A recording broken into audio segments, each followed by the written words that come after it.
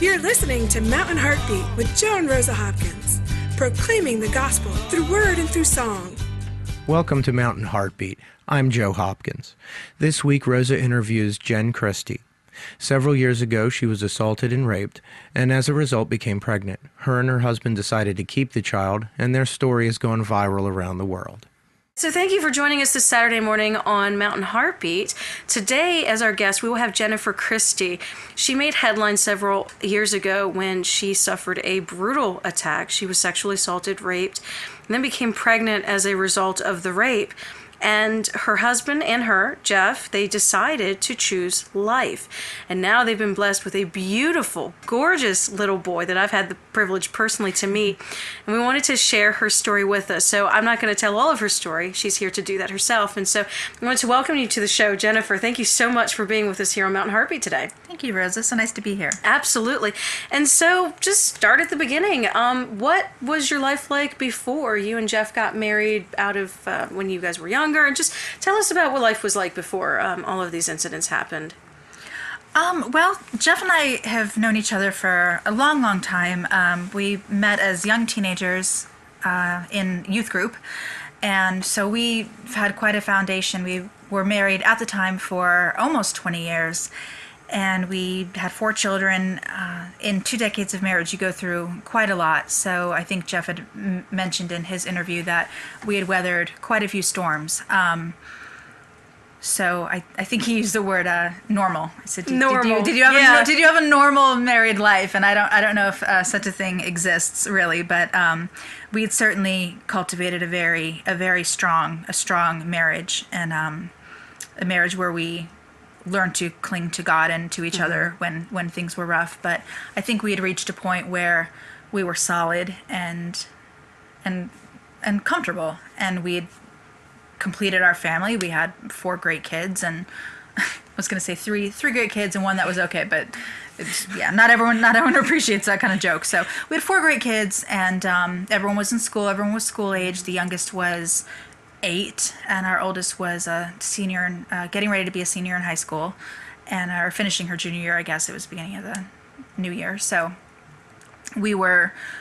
there was a light at the end of the childless empty nest kind of tunnel, and we were good with that. We felt like we were in a good place, and sort of moving past some rough patches in our life, and just looking forward to whatever the future held, I guess. And then all of that changed one day in 2014. Can you go a little bit into what happened?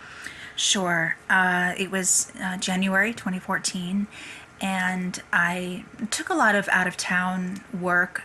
Didn't usually keep me overnight, but I did a lot of driving. I do, not right now with the baby, but I'm a freelancer, so I do a lot of driving. And this one particular assignment that I'd had, it was a few weeks long, and it began very, very early in the morning, and it was, like I said, a few weeks long. And the second week, Jeff was worried about me driving back and forth, and he said, "Why don't you just stay up there the second week, and we'll get you a hotel room, stay up there." He was worried about me falling asleep on the road, and so we thought that would be the best thing. And the last day of the assignment, it was mid-morning, early afternoon, something like that. I don't remember exactly. It must have been mid-morning because I was finishing up the job, and I came back to the hotel, and it was snowy, which was not very typical for North Carolina, but it was snowy and very, very cold, and we think I was followed from the parking lot of the hotel. I don't know that for sure, but I think it's probably likely. I was not really paying attention. I had my hood up and my scarf around my face, and I had my arms full of my laptop bag and my purse, and I think I'd had a bag of snacks or something. I just remember my arms being full, and I opened the door. I got up to my room. I'm mentioning this because I think it's important for women to, when they're traveling alone, to have a room on the inside of a hotel. And Jeff always made sure to book this for me. And for some reason, this is the only time in my traveling solo life that I did not have a room on the inside of a hotel. So I'm just putting that out there. It was on the outside, the door that opened to the outside. And I got the door open and I dumped all my stuff and I turned around to shut the door and there was a man standing in the doorway. And I remember, just because this question has been asked so many times, about my first reaction, and my first feeling wasn't fear. It was just kind of just surprise. I was startled that someone was right there in my face. And anyway, sorry. He punched me in the head and dragged me in the room and raped me. And I was found I'm sorry, I'm saying so many times. I was found in the hotel stairwell by a housekeeper. I think I was wearing a bra that was broken, and I was badly injured. I suffered a pretty bad head injury. I still have seizures today, and I've had several surgeries to repair some internal injuries. And I think our biggest concern at the time was disease, things of that nature. Mm-hmm. And in the early days, especially, I had a couple fractured ribs and things like that. We told our other children that I was in a car accident. We didn't want to scare them. I think Jeff and I were really in shock. We didn't really know how to process this, what to say. We were just we didn't tell our parents right away. We didn't really tell anybody. We didn't know how to handle anything. We were just trying to kind of get through, just try to work through it separately and then together, what it meant for us as a couple, what it meant for me and again, the biggest thing on our mind was disease. And they do give you, a rapid HIV test in the hospital, and they do give you a lot of medicines right then, but it's still something that you have to test for regularly. And so that was the event that happened in January of 2014. And then afterwards, you were on a cruise. And what did you find out? What happened there? I was scheduled to work on a cruise, and I probably should have backed out of the assignment, but it had been scheduled for months, and I just felt like it would have been irresponsible to pull out so quickly, or when it was so last minute. It was maybe 5 or 6 weeks after the assault, and Jeff and I decided that a change of scenery might do me some good. I was not handling things well. I was in a very dark place. I've read a lot of commentary on my story where people talk about how quickly I seemed to recover and how jaunty I was, and I just went on this cruise, and that was not the case. I was not handling things well. I was spiraling downward. I was having panic attacks, and I was I scared to leave the house, and we determined together that maybe it'd be good to be somewhere different. So I went on this cruise, and I think it was 10 or 12 days. It was the longest I'd ever had. And again, we talked about a lot of critiques, a lot of bashing that I've taken. And another one was, well, why is she working such long jobs away from her family? And not that it would have mattered what I said, but it was probably I think it was the 5th cruise I've done in a 20-year career. But anyway, it was a 10 or 12 day cruise, and it was the longest I've ever been away. And day 2, I get sick, and really, really sick. And they assume dysentery. And if you have dysentery on a cruise ship, they don't let you out with the masses. You are taken away right away and quarantined. And so that's what they did. And after a day or 2, they'd given me strong antibiotics, and I wasn't getting better. And the doctor was like, well, we're going to put you on something, heavier. We're going to give you some IV stuff. And is there a chance that you might be pregnant? And I kind of laughed it off, and I was like, oh no. And then I stopped, and I was like, I guess maybe. Because my knee jerk was, well, no, my husband's, had a vasectomy. There's no possible way. And then it just hit me. And I thought, I knew. Right then I knew and I said, you know what? I was sexually assaulted the second week in January. I said, you better test me. And she did. This poor doctor was not prepared for me at all. And it was positive. And then they had concerns because I was in a lot of pain about, ectopic pregnancy and stuff. And we had to pull off and take me to pull off. It's like in Takar. It's not quite that easy, but we docked in Colombia, and they took me to a little hospital in Cartagena, and I had an ultrasound, and I saw a little tiny dot, and that was my son, and that was on Valentine's Day, 2014, that I first saw my boy, and I went back to the ship, and I called my husband, and I said, "Are you sitting down?" And we had been emailing at this point. You don't really call. It's like, $500 a second on, to call from international waters. And so we had been emailing. He knew I was sick, and he knew what was going on. And so I didn't tell him when I found out immediately about the pregnancy. I wanted to know what the ultrasound showed. And so I just told him, they're going to take me to a doctor in Colombia. And, that's comforting because that's where you want to go for medical care. Nothing against Colombia, please. So he was immediately concerned, and he was like, "What's going on?" And I was like, "Well, I'm pregnant." And there was half a second of silence, and then he was just like, "Okay." Just that, I just know that he was like, "Okay, all right, this is okay.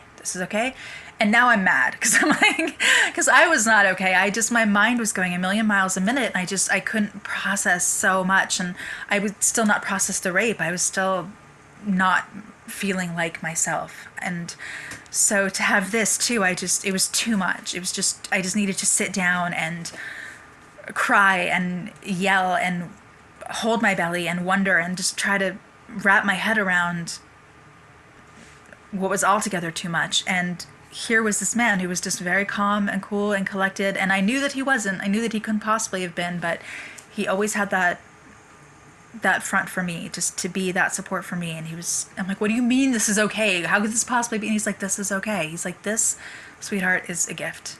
This is a blessing. This baby in the midst of all this pain, this is something wonderful. And we can do this." And I was like, "Yeah, we can do this." He's like, "We love babies." I was like, "Yeah, we love babies." And I know there was someone, one of the crew members, standing at the doorway when I was making the call, and they're just looking at me like, "This woman's lost it. I know she's lost it." And because I'm going, "Yes, we love babies. Yes, we can do this. Yes, we," and I was like, "Yeah, you're right." And he's like, "This is going to be awesome. This is going to be great." And I was like, okay. And he's like, "You're okay." I'm like, "I'm okay." He's like, we can do this. We love babies. This is great. And, that's beautiful. And it was. I mean, that's beautiful. No, that was good. I thought you were trying to start okay, we got it. No. I'm just like, it's just beautiful. That's all. And it was. And what was really neat, this was not something, that we ever thought we were going to tell anybody, but, the reaction, the response to the small little medical team, the 6, 7, 8 people, whatever, who worked on the ship, who I got to know very well, because whenever there's a trauma on board, and this was considered a trauma, normally they fly you home. And for complicated reasons, out of Colombia at the time, I couldn't be flown home. I was using my license and not a passport, because you don't need a passport on a ship, and now it's different, but whatever. I couldn't be flown home. I had to continue the cruise, which they do not like to do. So I was quarantined the whole time. I was eventually sent to my room, but I could only go back. Had to go back, check in with the medical team twice a day, and I couldn't leave my room. And it was just, I was kind of on a suicide watch, I'm pretty sure is what they were doing. And so again, I got to know them all very well. They're all, if you've ever been on a cruise, they're all very young. That makes me very self-conscious. They're all very young. Everyone's from a different country, really neat group of people. Everyone's got very different ideas politically, largely depending on what country they're from, and so when I was ready to leave, I wanted to talk to them all. The children, it's neat. I just said, I want to thank you guys. They had been they'd been very kind, and their way of showing me support was comforting me with telling me how easy I could abort the baby. And I say this because they really were intending to comfort me, and I could see it. I mean, they were tearful. I was getting a lot of hugs, like, it'll be okay. And I didn't have words to say then. I couldn't quite articulate what I wanted to. But they kept saying, like, oh, this is such a horrible thing, and it'll all be over. Like, you'll go home and they'll give you a pill, and it'll be very quick, and then you can move on with your life. That's what I kept hearing. Then you can move on with your life. Then you can forget. And I'd hear that over and over and over again. And I knew, like, that was going to be the siren song. That was what I was going to hear over and over, and I'd have to prepare myself for it. Then you'll be able to forget. Then you'll be able to move on. Then and only then will you be you again. And so I'm kind of internalizing this, and I get them together. It's the last day, and I say, I just want to thank you all for being so kind and so supportive. You've made what could have been a really, really difficult time, or what was a difficult time. It could have been a lot worse, and I just thank you for being your wonderful, caring team. And I said, and if you ever think about this again, and I'm sure you will, you wonder what happened to me, just know that my husband and I had a beautiful baby in the fall. And dead silence, like just nothingness for a moment. And then the main doctor, the head guy, he looked like he was about 19, probably a little bit older, I don't know. He just kind of smiled at me, and he just said, did you ever know you could be so strong? And I thought I said, I don't really think that has anything to do with it, but I said, no, I don't know. I don't know how to answer that. But the one doctor who was with me when we did the pregnancy test was very, she was Ukrainian, and she was very clinical, and she'd always been very, not cold, but very, very professional, and never let a human face kind of cross her features. She was always just very distant, and this is what's going to be done, and this and this and this, and very professional and competent, but never showing any emotion. And she just touched my arm, and she had tears in her eyes, and she didn't say anything. She just like looks at me for a long time, and then she turns around and she leaves. And I don't know what happened there. It doesn't really matter, but God did something with her. Something touched her. Good or bad, I don't know, but it moved her. And I remember thinking, this is something. Like, this decision is doing something. Like, it's gonna touch people, like, one way or another. Like, God can use me. And I still didn't ever imagine sharing it openly, but I remember thinking, like, God can use this. And then my one favorite nurse, and I talk about her a little bit in one of my stories that I write about this. She actually was really encouraging abortion, and just kept saying, oh, this poor little victim doesn't need to be here, doesn't need to live with this burden. And I remember thinking, I don't think she's going to understand. And she didn't stay after I said, we're going to have a beautiful baby. She just walked away. She couldn't take it. And I often wonder what God has done in her heart since. Yeah, I wonder if she's ever read or ever, come across any of these and seen the pictures, or saw what has become of me and of him, and if it's ever kind of penetrated her heart. She was a good girl. But so I told them, and I saw that amazing response, and knew that it was powerful, that God could work in something like that. Absolutely. And then so from that point, now you have a pregnancy. Yeah. Rough pregnancy. Yeah. But pregnancy, yeah. Okay. Do you want me to elaborate? Well, last time you did. So okay. Did I? Okay. Oh yeah. Oh, yeah. Sorry. No, I wasn't sure. Did. Yeah, it was. But you don't have to. No, it's okay. It was a bad pregnancy. I was borderline diabetic, and I had seizures, and I was. They were trying to keep me from developing preeclampsia. I became eclamptic with my first pregnancy, which was quite a few years prior, but that was an issue, and I was having seizures that were it was difficult to control. I was with a wonderful OB. We absolutely love him. I mentioned, I might as well say, with Dr. Greg Brannon, who I mentioned in my first, I wasn't trying to hide who he was. People were like, well, I know who he was. You mentioned that he was running for Senate, and I wasn't trying to hide who he was. They're like, we could figure it out. Good for you. It's very clear. I made it clear.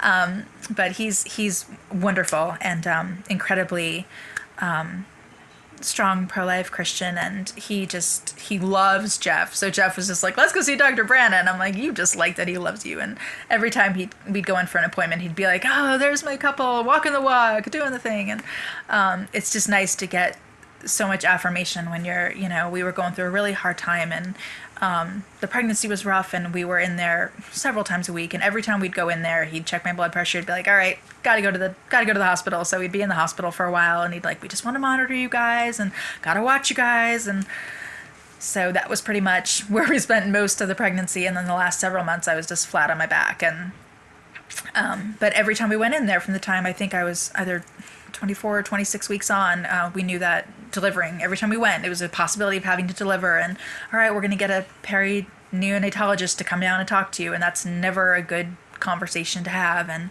I've worked with a lot of early deliveries, and worked with a lot of new moms who have babies who are very early. And I know how a lot of those turn out. And I just did not want to have that extra difficulty for my baby, which sounds like a stupid thing to say because it's so obvious, but I just, it was such a fraught with complications pregnancy, and it was hard because I was like, God, we're doing the right thing. We're doing the right thing. Do we really need to have this on top of it? But I think it was just what people so lovingly call it, building our testimony and his. We wanted, it definitely it brought us closer together, Jeff and I as a couple, and it definitely solidified the feeling of protectiveness. Is that a word? that we felt towards the baby, and, defensiveness for his life. And so then the baby was born, and he was. What has that been for you and for your community, and for people that have heard about the story, because it's been written about in LifeSite News, Live Action News, probably in the Huffington Post here shortly. And it's been written about, it's been translated, and it has moved people and has touched people. So your child is entering the world as somebody who's been written about and talked about and discussed, and he's a beautiful blessing to you, Joshua. And so what has that been like since giving birth to him, and all the things that God has brought into your life since then? Yeah, well, just as far as having a baby, he's our fifth. We've done that before, and it never gets old. It's never old hat. It's never, oh, there's another baby. It's always exciting, and it's always wonderful. And every time we have a baby, it's a different stage in our life, and we're certainly, this time around, we're older considerably than we were. We have older teenagers. We have one that's out of the house now, and having him, I heard Jeff's interview, and it's different. We're tired, and it's not like we're ancient, but it was a surprise, and it was unexpected, and it's incredible amount of fun, and it's really neat to see our older children, to see how they've put aside some of the teenage selfishness to kind of become sometimes surrogate parents to this little guy, and to take him over, and my oldest likes to drag him around and be like, oh, look, he's mine, and I'm like, that's not funny, and she thinks that's hysterical, and oh, yes, it is.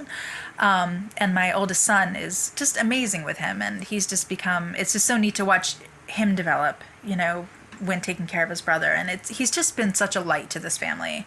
So after having your baby, what is it that made you decide to share your story with others?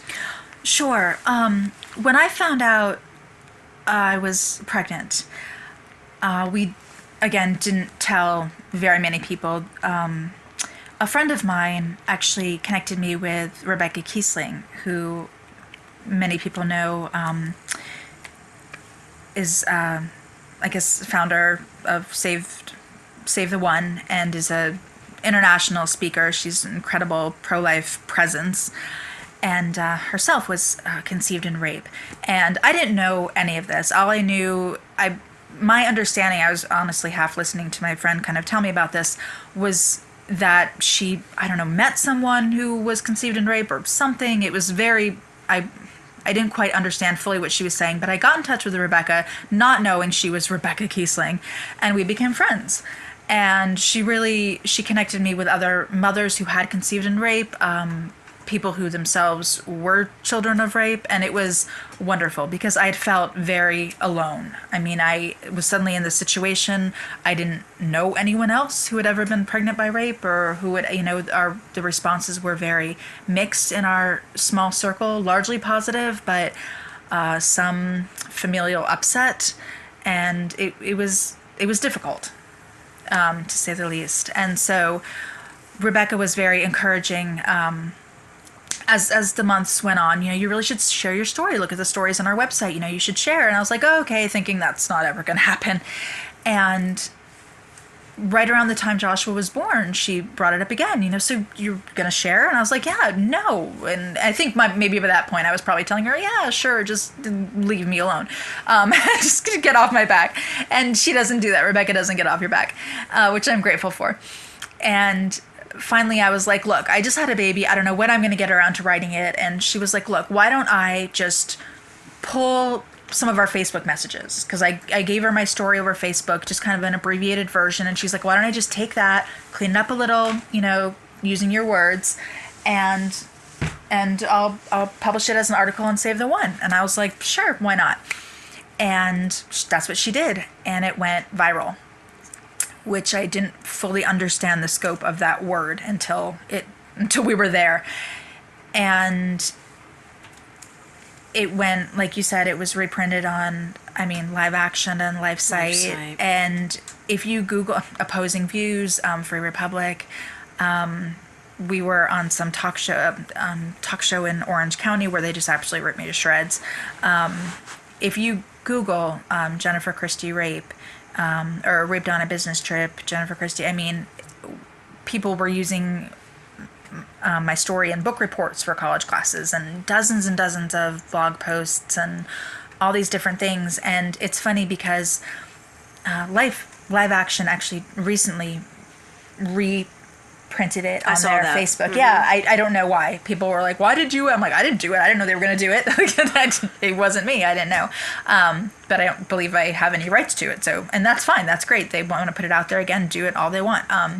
But it was up there again. Some of the criticism was, and, which I just always find interesting, was, well, what is she getting out of this? Well, she just wants accolades or to feel like a hero. I'm thinking, I was thinking, lady, you have no idea. On the Christian sites, there are some wonderful, wonderful things, but there have been, oh my gosh.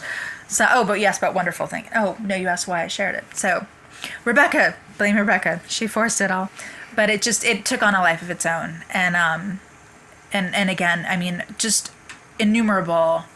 Rebecca was sending me copies of requests for reprints, and I was like, I don't even know what this means. And she's like, well, basically they just want to share it. And the UK and Canada and Spain and Italy and the Netherlands and Poland, and just all kinds of, I don't even know. I just, those are the ones off the top of my head, but it went everywhere. And then I was getting calls from reporters or emails from reporters in some of those countries, but they wanted current pictures, and I wasn't comfortable doing that. But it just absolutely, it was like almost a million direct shares to Facebook. And then when I'd look at some of those, I'd see like 5, 6, 7, 8,000 shares from there. And I just couldn't even, my mind can't, you're a number person, I'm not, my mind can't quite, I get steam coming out of my ears. It's a lot of people. And so it was... That's tremendous. Yeah. It is. And we were talking before about some of the positive responses. There have been some responses that have absolutely just reduced me to tears. They've been incredible. There's some amazing, amazing people out there who just really recognize the value in an innocent child, in knowing that, God works in amazing ways. I've gotten emails. The first one I got,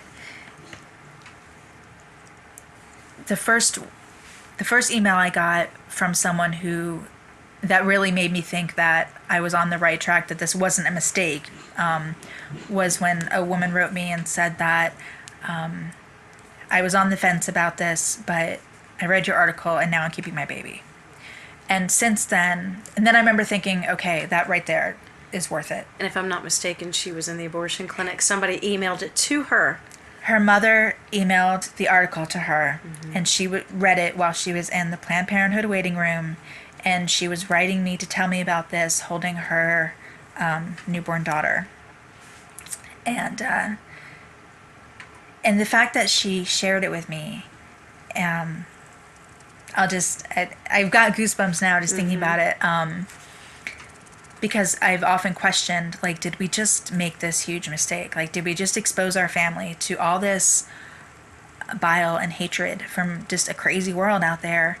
And was it just a big mistake? And then I was like, if there's a person walking around now that otherwise wouldn't be, like, then no. And I got the email and I was reading it, and I was reading it with my best friend, who's no longer with us. And I remember I was like, wow, can you believe that? And I turned around to look at her, and she was just crying. And she goes, I'm so proud of you, Jen. And I said, all I did was have a baby. And she goes, yeah, but he's making a difference. She's like, you're talking about it and he's making a difference. And she goes, you have to keep going. She's like, you have to keep talking. You have to keep going. And so I think about her when stuff like this comes up, when I think, is it a bad idea to be so public? You know, is it dangerous? Is it stupid when we know people are saying horrible things? Is it a big mistake? I think about her, and I think about how proud she was of us and how proud that she'd be. You know, and I remember her saying, you have to keep going, Jen, you're making a difference. And God's using us to make a difference through Joshua for that baby girl who would not be here, and for others who are reading this, even people who are just, you know, maybe for that baby girl's babies or somebody, you know. I mean, we have no idea of the magnitude of what God can do. It's overwhelming. Makes me think of Genesis 50:20, where what was intended for evil, God will use for good. And the other thing is that Jesus, through your and Jeff's decision, is showing unconditional love, because so many people see that as a rape baby, or they'll say that that's the reason why people, because I'll just share a quick statistic. The babies that are aborted through rape and incest are 1% of all abortions that are committed. And so because pro-life people don't believe that any babies should be murdered, we just don't believe that. A lot of times the opposition will say that, well, what about rape or incest? And that's 1%. And they'll use that to justify the 99%. But here you're showing that here's one of these little 1%, and he's a miracle. And he's a blessing, and that God loves him. He's not a rape baby. There's no such thing as that. He didn't commit any wrong, and he's your baby. And I'll let you say what it is that you say when people say that. What is your response? I actually wrote a response that someone from Live Action News wants to write an article, so I actually took it down. But I wrote it in response to a comment that someone had said about, you know, I can't believe you're, you know, raising a rape baby, because inevitably, no matter where the article is published, on what site, if there are 50 comments or 50,000, there will be a good number that will be like, well, I'd never raise a rape baby, or, you know, thanks for raising, you know, letting a rape baby run around in public or something like that. And like and it always gets to me. I mean, for obvious reasons, but just to think about, you know, if you're, I've never heard someone say to a woman, like, you know, so you're having your husband's baby or something. It just doesn't work like that. It's always, you know, well, your baby, or, you know, you're having a baby, or, but for some reason in this instance, it's always like the rape baby, the rapist baby. And the woman's part in that, you know, the fact that it's her DNA also just completely is ignored. And so I wrote, the rapist baby, how about my baby? Because that's what he is. He's part of me. In my blue eyes that have every old lady in town stopping us in the grocery store and giving him little treats and kisses because he looks just like an angel. But not only mine. He's part of the father who's raising him and loving him and takes him to the library and the park and vanquishes bedtime monsters with silly songs and sock puppet shows. He's part of his big brothers who put together toddler bikes and tirelessly toss the ball outside with enthusiasm, and his sister who insists he dress like a Ralph Lauren ad so she can parade him around her friends at work and tell customers he's hers. I don't love this. He's his grandparents and godparents and aunts and uncles and our friends and church family and people around the world who love him yet have never laid eyes on him. That's who he is and that's who he'll be, fearfully and wonderfully made and created in the image of God. We've no fear of what the future holds. We know who holds the future. Thank you for your comments. Absolutely. That is so beautiful. And so for people that wonder about this, as they call the statistic, which these are human beings, they're not statistics. And Right. We know on the other side of this, abortion is a big business. People make money. And that's all there is to it. But so people throw around what to them are theoreticals about Right. what if somebody's raped, what if somebody's this. What do you say to all of that? And, if somebody would be carrying a child that was basically conceived through no choice of their own, because you're holding your baby every day and you see Right. what a blessing and what a gift he is and how he's also being used to impact others. For a woman that's being told that you don't have any hope or you shouldn't keep this child, you've actually been through this. So if you could speak into that, what would you say? There's a lot of pressure to abort any child who is considered less than ideal, meaning a physical imperfection, a mental imperfection, conceived in less than perfect circumstances, if anything exists. And I experienced that. I had a lot of support, and my husband and some friends. I can't imagine not having that. I know. I mean, it's incredibly difficult. The child is not to blame, and the argument being that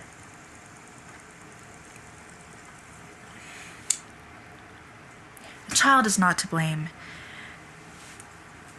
What women are told as rape victims, the child is a reminder. You are not going to be able to move on. You are not going to be able to forget. You are not going to be able to have any kind of life with a constant reminder around. And that's a lie. My son is a reminder of my strength, of God's faithfulness. He's a reminder that good can triumph over evil. He's a reminder that there is always light, no matter how dark the world can get. So yes, in that way, he's a reminder. I'm not going to forget what happened to me. Regardless of whether he were here or not, that would not happen. No woman is ever going to forget that she was assaulted. There's no pill out there that's going to make that happen. I've talked to a lot of women who have been raped. Some have kept their babies and some have aborted them. I have never met a woman who has kept their baby and regretted it. I have met a lot of women who are suffering still with the fact that they have aborted their children who were innocent. So they're now suffering from the trauma of the rape, which is a scar that is always with you. Knowing that then they victimized their child in a time when they really weren't at their best to make that kind of decision. And they let someone else force that decision on them. And that happens a lot. So what I would tell women, what I would plead with women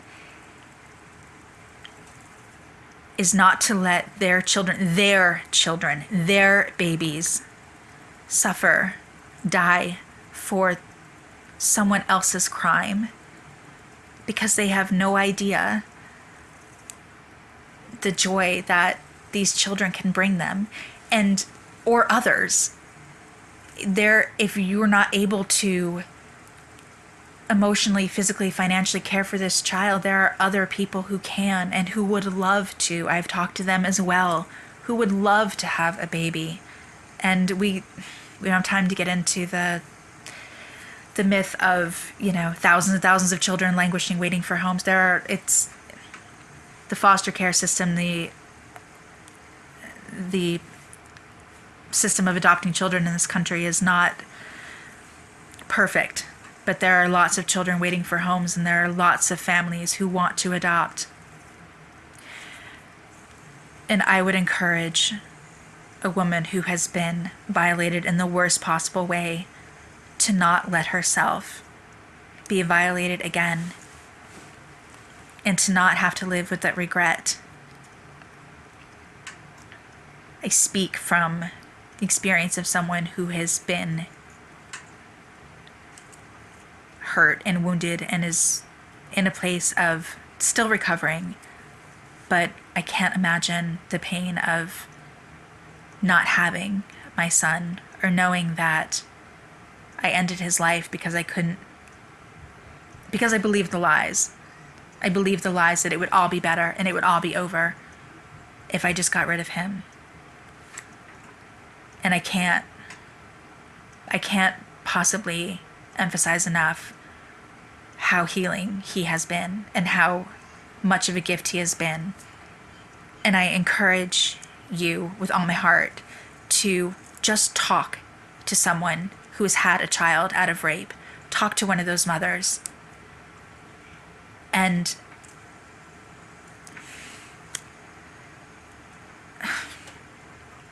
listen to her, and listen to her experience.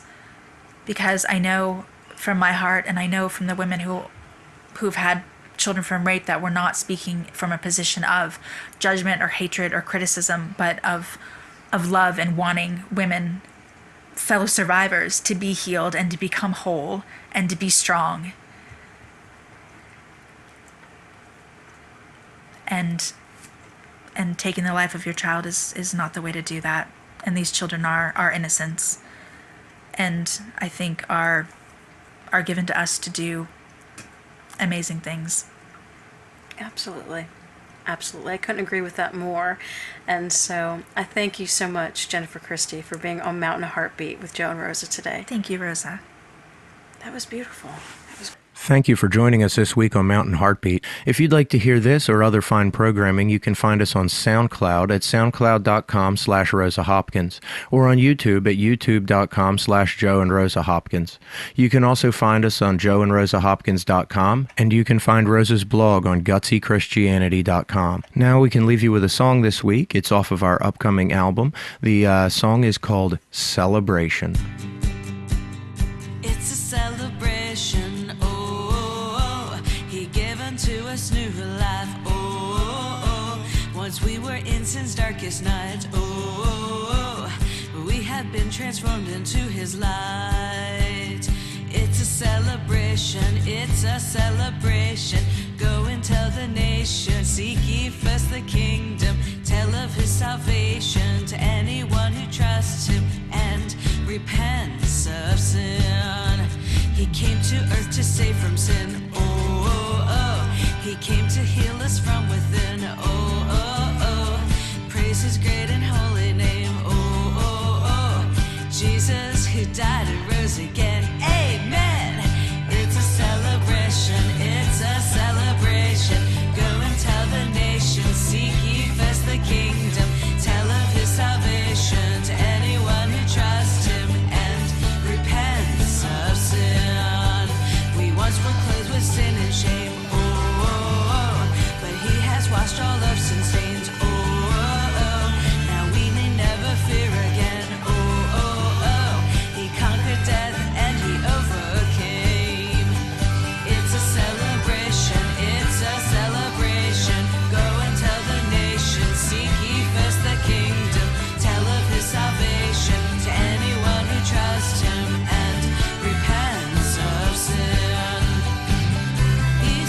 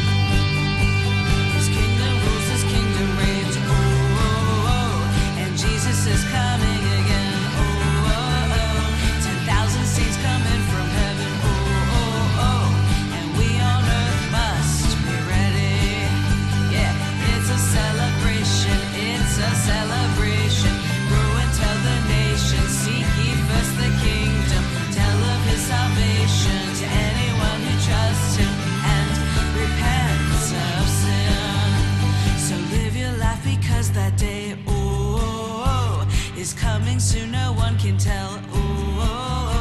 But when it does, one thing is sure.